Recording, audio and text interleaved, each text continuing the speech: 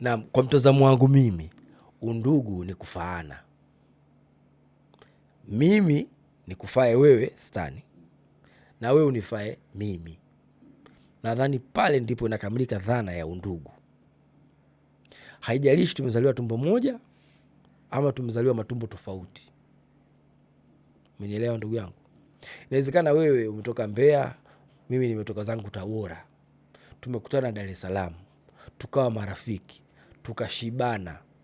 Bahati nzuri nikatembelea kwenu Mbeya na wewe ukafika kwetu Tabora, familia yangu ikakujua na mimi familia yako ikanijua. Tungali vijana kabisa, sisi ni ndugu.